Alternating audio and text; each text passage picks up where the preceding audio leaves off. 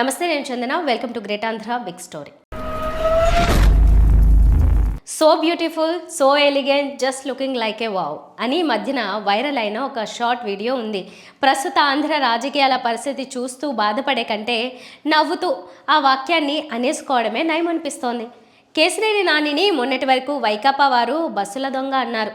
ఇప్పుడు తెదేపాతో తెగదెంపులు చేసుకుని వైకాపా గూట్లో చేరారు కనుక ఆయన ఇప్పుడు ధర్మం కోసం తిరుగుబాటు చేసిన సచ్చీలుడైన నాయకుడిగా కనిపిస్తున్నారు వారికి. మరోపక్క తెదేపాకు చెందిన సోషల్ మీడియా జనం మాత్రం కేశినేని కమ్మజాతికి అవమానం అంటూ పోస్టులు పెడుతున్నారు. అందరికీ తెలిసిన విషయం, రాజకీయాలకు కులాలకు విడదీయలేని సంబంధం ఉంటుందని. అయితే ఇప్పుడు కమ్మ నాయకులు కొందరు వైకాపాలో చేరారు.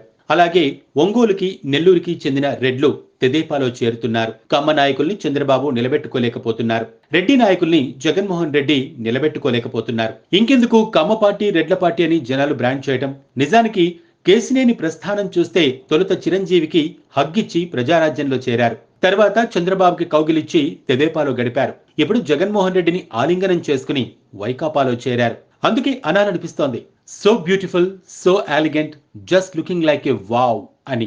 అలాగే మొన్నటి వరకు తెదేపా వారికి వైకాపా కండువా కప్పుకున్న అంబటి రాయుడిని చూస్తే చిరాకు. జనసేన వారైతే అసలు అతను కాపే కాదంటూ ట్రోలింగ్లు చేశారు. ఇప్పుడు వైకాపాని వదిలేసి జనసేనలో చేరుతున్నాడు కనుక ఆయన నిఖార్సైన కాపు. తమ పార్టీకి ఆశాకిరణం. ఇక షర్మిల సంగతి చెప్పక్కర్లేదు. ఆమెని రకరకాలుగా ట్రోలింగ్ చేసి అవమానించి బాధ పెట్టిన పార్టీకి మిత్రపక్షంగా ఉందామె. రాజకీయ మనుగడ కోసం ఆమె ఆ నిర్ణయం తీసుకుంటే గతంలో ఆమె పక్షాన ఎమోషనల్గా ఫీల్ అయ్యి అండగా నిలిచిన జనం ఇప్పుడు ఎలా రియాక్ట్ అవ్వాలి? ఏముంది, so beautiful, so elegant, just looking like a wow అనుకోవడమే. ఇదిలా ఉంటే దగ్గుపాటి వెంకటేశ్వరరావు తాజాగా తన బాధను మన ముందుంచారు. 30-40 కోట్లు ఖర్చు పెడితే తప్ప ఎమ్మెల్యేగా పోటీ చేసే అవకాశం లేదని, ఓడితే మొత్తం పోయినట్టే అని, గెలిచిన గతంలో లాగా సంపాదించుకునే పరిస్థితులు ఇప్పుడు లేవని తేల్చేశారు. ఎమ్మెల్యేలు ఎంపీలు కేవలం ఉత్సవ విగ్రహాలని, సంపాదించుకునే అసలు మూల విరాట్టులు పార్టీ అధినేతలని చెప్పుకొచ్చారు. ముఖ్యంగా ఈ పరిస్థితి సింగిల్ మ్యాన్ షోగా నడిచే పార్టీలోనే ఉందని చెప్పుకొచ్చారు. ఈ విషయాన్ని కాస్త విపులంగా చెప్పుకోవాలి. మళ్ళీ 5 సంవత్సరాల తర్వాత మళ్ళీ 2,000 ఇస్తారా, 3,000 ఇస్తారా అని 40 కోట్లు, 30 కోట్లు, 50 కోట్లు తీసుకురావడం, ఆ డబ్బుని మళ్లీ సంపాదించడం అనేటటువంటిది ఇంతకు ముందు కొంత సంపాదించేటటువంటి అవకాశం ఉందేమో ఎమ్మెల్యేలకి. వాళ్ళు ఏదైనా ఎమ్మెల్యేలు అయితే కాస్త ఊళ్ళల్లో ఏదైనా పని చేసామో, లేకపోతే వాళ్ళ దగ్గర వాళ్ళకి సహాయపడ్డాము అని గౌరవంగా ఉండటానికి ఒక ఎమ్మెల్యే ప్రయత్నం చేస్తాడు, ప్రజాప్రతినిధిగా ఉండటానికి చేస్తాడు. ఇవాళ అవకాశం కూడా లేకుండా పోయింది. ఎవరికైతే టికెట్లు రావో, నా ఉద్దేశం ప్రకారం వాళ్ళు అదృష్టవంతులు. 30 కోట్లు 40 కోట్లు మిగిలినట్టే. ఇదివరకు ఏదో ఎమ్మెల్యేలు సంపాదించుకుంటున్నాము లేకపోతే అనేటటువంటిది ఉంది, మళ్ళీ ఖర్చు పెట్టడానికో లేకపోతే. ఇవాళ అది పోయింది, ఆ సిస్టమ్ పోయింది. ఐపాక్ లాంటి సంస్థలు వచ్చి రాజకీయాలకు, ఎన్నికలకి కార్పొరేట్ రంగు పులిమాయి. ఉదాహరణకి ఒక వ్యక్తి ఎమ్మెల్యేగా నిలబడదలుచుకుంటే అతని అభ్యర్థిత్వానికి జనంలో సానుకూలత ఉందో లేదో చూస్తారు. అందులో పాస్ అయితే 30 కోట్లు నుంచి 50 కోట్ల వరకు ముందుగానే పార్టీ అధినేత వద్ద డిపాజిట్ చేయమంటారు. ఆ మొత్తాన్ని ఎక్కడో ఎవరికీ తెలియని చోట దాచిపెడతారు. ఎన్నికల ముందు దాని అడ్రస్ చెప్పి తీసుకుని ఖర్చు పెట్టమంటాడు.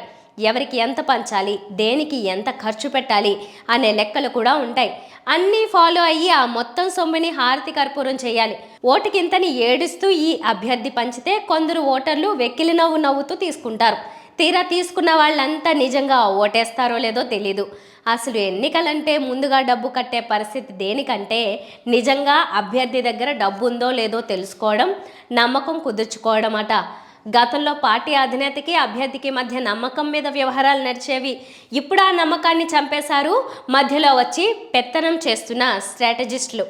ఈ పద్ధతిని మొదట ఐపాక్ వాళ్ళు ప్రవేశపెట్టారు. ఇప్పుడు ప్రతి పార్టీ అదే ఫాలో అవుతోంది.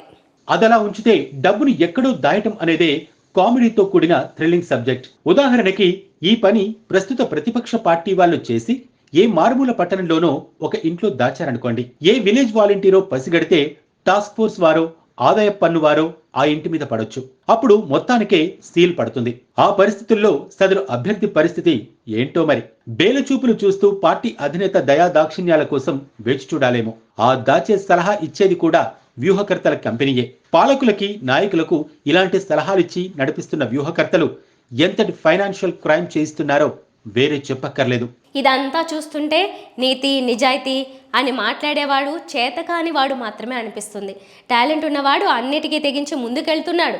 అది లేనివాడు టాలెంట్ ఉన్నవాడిని చూసి ఏడుస్తున్నాడు. అందుకే ఆ ఏడుపులు అవి లేకుండా మనస్ఫూర్తిగా వాళ్ళ టాలెంట్ని మెచ్చుకుంటూ so beautiful, so elegant, just looking like a wow అనేసుకుంటే సరిపోతుంది.